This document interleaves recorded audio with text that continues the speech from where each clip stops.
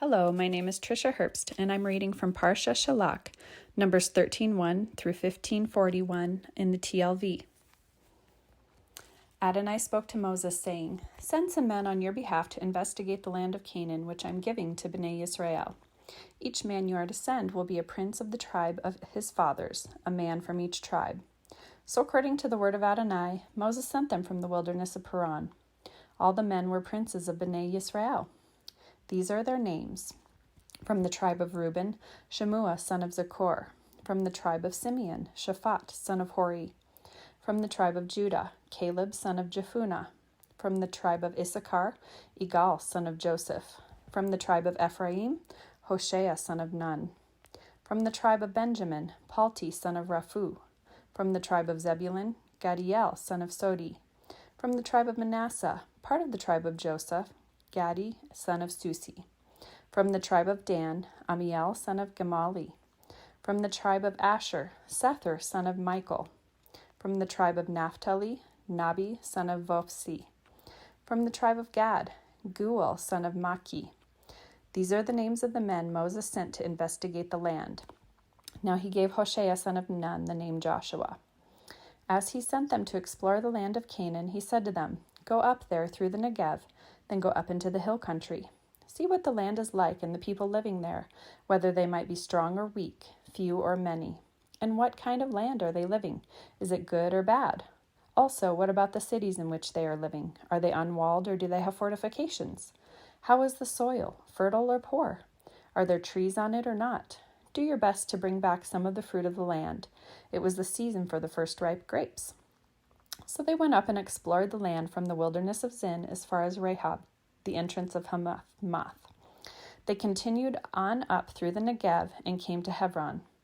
There lived Ahiman, Shishai, and Talmi, descendants of Anak.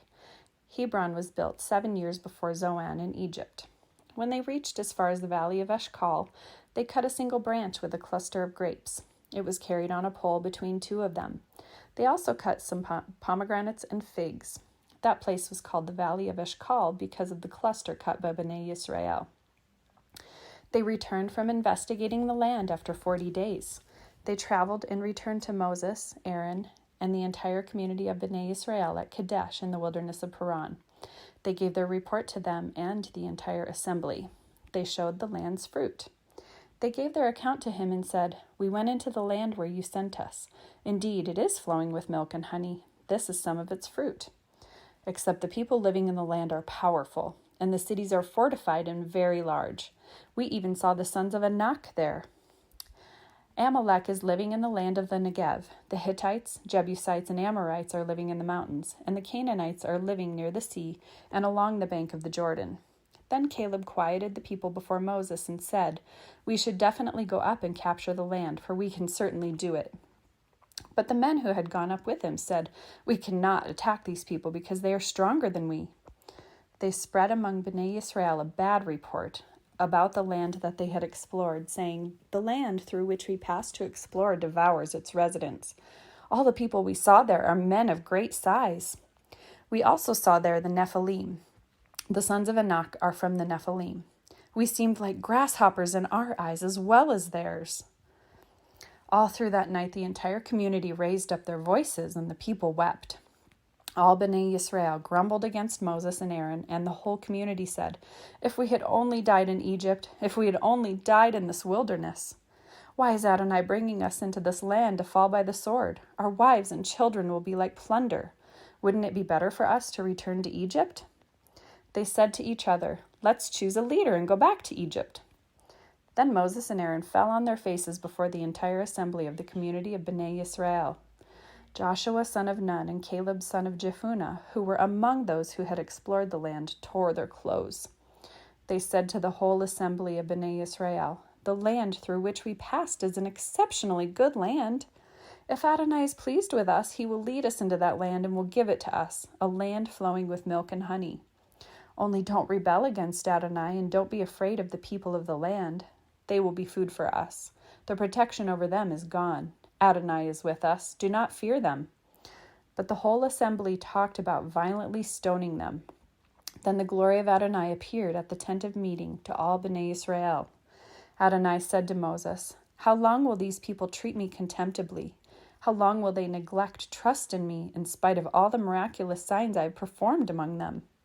I will strike them with the plague. I will destroy them.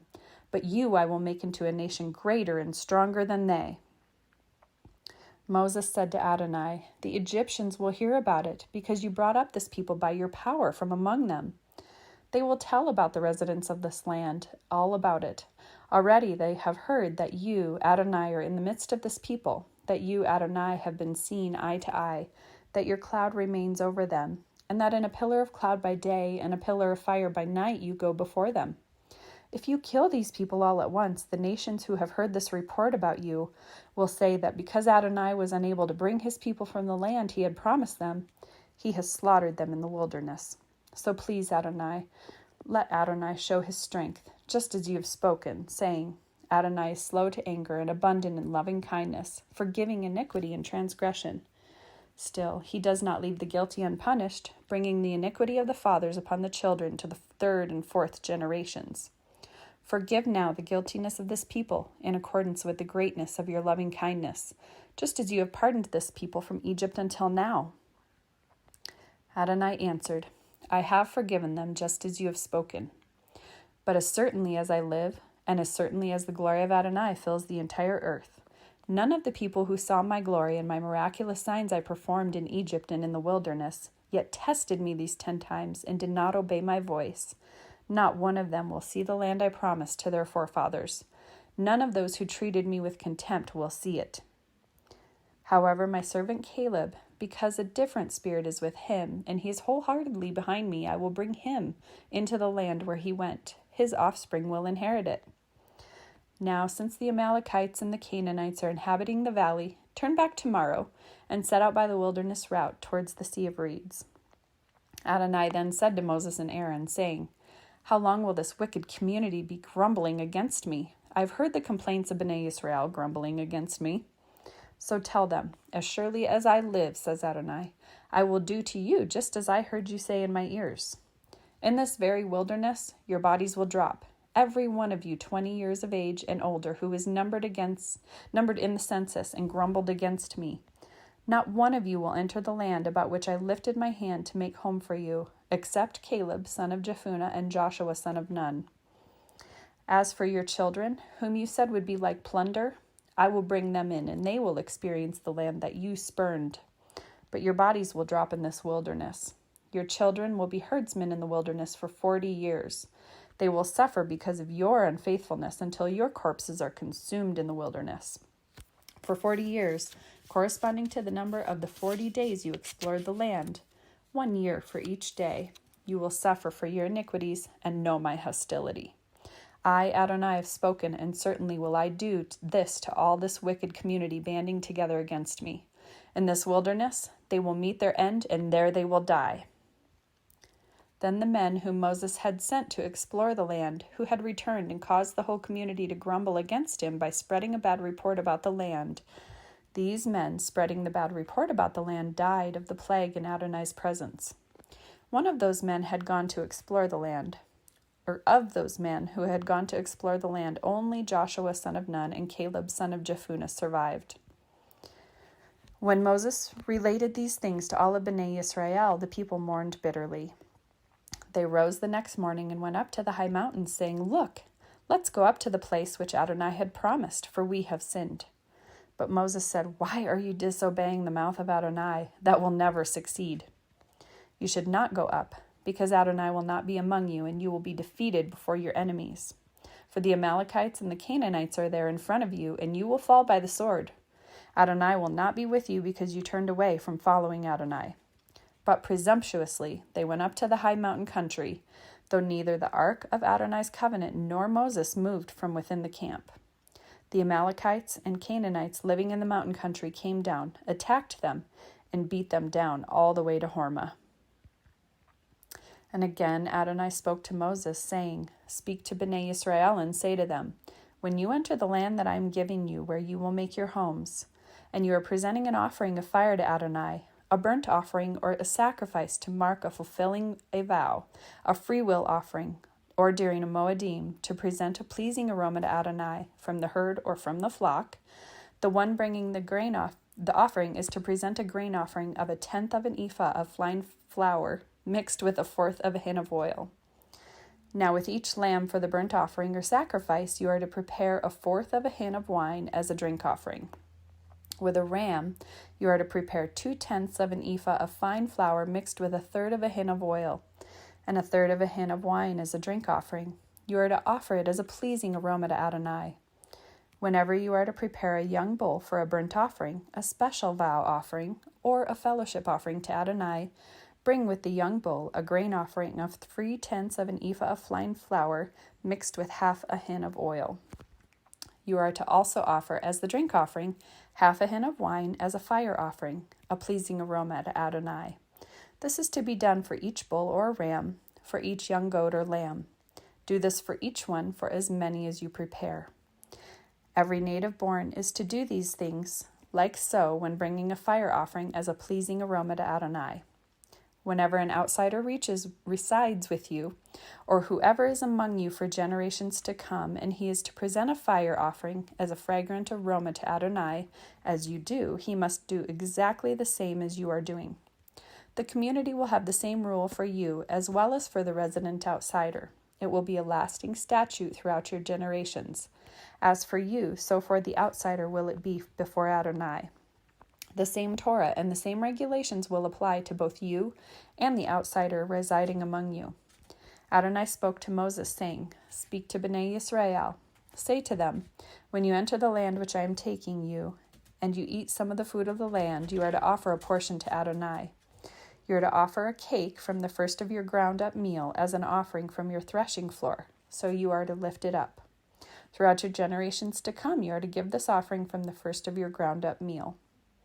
If you unintentionally fail, not keeping any of these mitzvah that Adonai related to Moses, that is, anything that Adonai commanded you through Moses' hand, from the day Adonai commanded and onward throughout your generations, and it is done unintentionally out of sight of the community, then the entire community is to offer one young bull from the herd for a burnt offering as a pleasing aroma to Adonai, along with its appropriate grain offering and drink offering, and one male goat as a sin offering.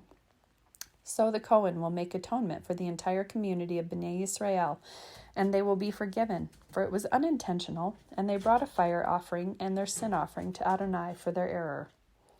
So the whole community of Bnei Yisrael, along with the outsider residing among them, will be forgiven, for all the people were involved in unintentional wrongdoing.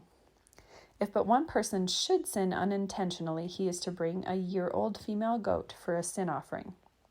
The Cohen is to make atonement before Adonai for that person who erred by sinning without intent, and he is to be forgiven when atonement has been made for him. Whether a native born of Bnei Yisrael or an outsider living among them, one Torah applies to you for the one sinning unintentionally. But the person who sins defiantly, whether native or outsider, reviles Adonai, and that person is to be cut off from his people. Because he has despised the word of Adonai and has broken his commandment, that person will certainly be cut off. His guilt will remain on him. While Bnei Israel were in the wilderness, they found a man gathering wood on Shabbat. Those who found him gathering wood brought him to Moses, Aaron, and the entire assembly. They kept him under arrest, not being clear what was to be done to him. Adonai said to Moses, "The man has to die. The whole assembly is to stone him with stones outside the camp." So the whole assembly took him outside the camp. They stoned him with stones. He died just as Adonai commanded Moses. Adonai spoke to Moses, saying, "Speak to Bnei Yisrael. Say to them that they are to make for themselves tzitzits on the corner of their garments throughout their generations, and they are to put a blue cord on each tzitzit. It will be your own tzitzits, so whenever you look at them, you will remember all the mitzvah of Adonai and do them, and not go out spying after your own hearts and your own eyes, prostituting yourselves. This way you will remember and obey all my mitzvahs, and you will be holy to your God. I am Adonai your God. I brought you out of the land of Egypt to be your God. I am Adonai your God."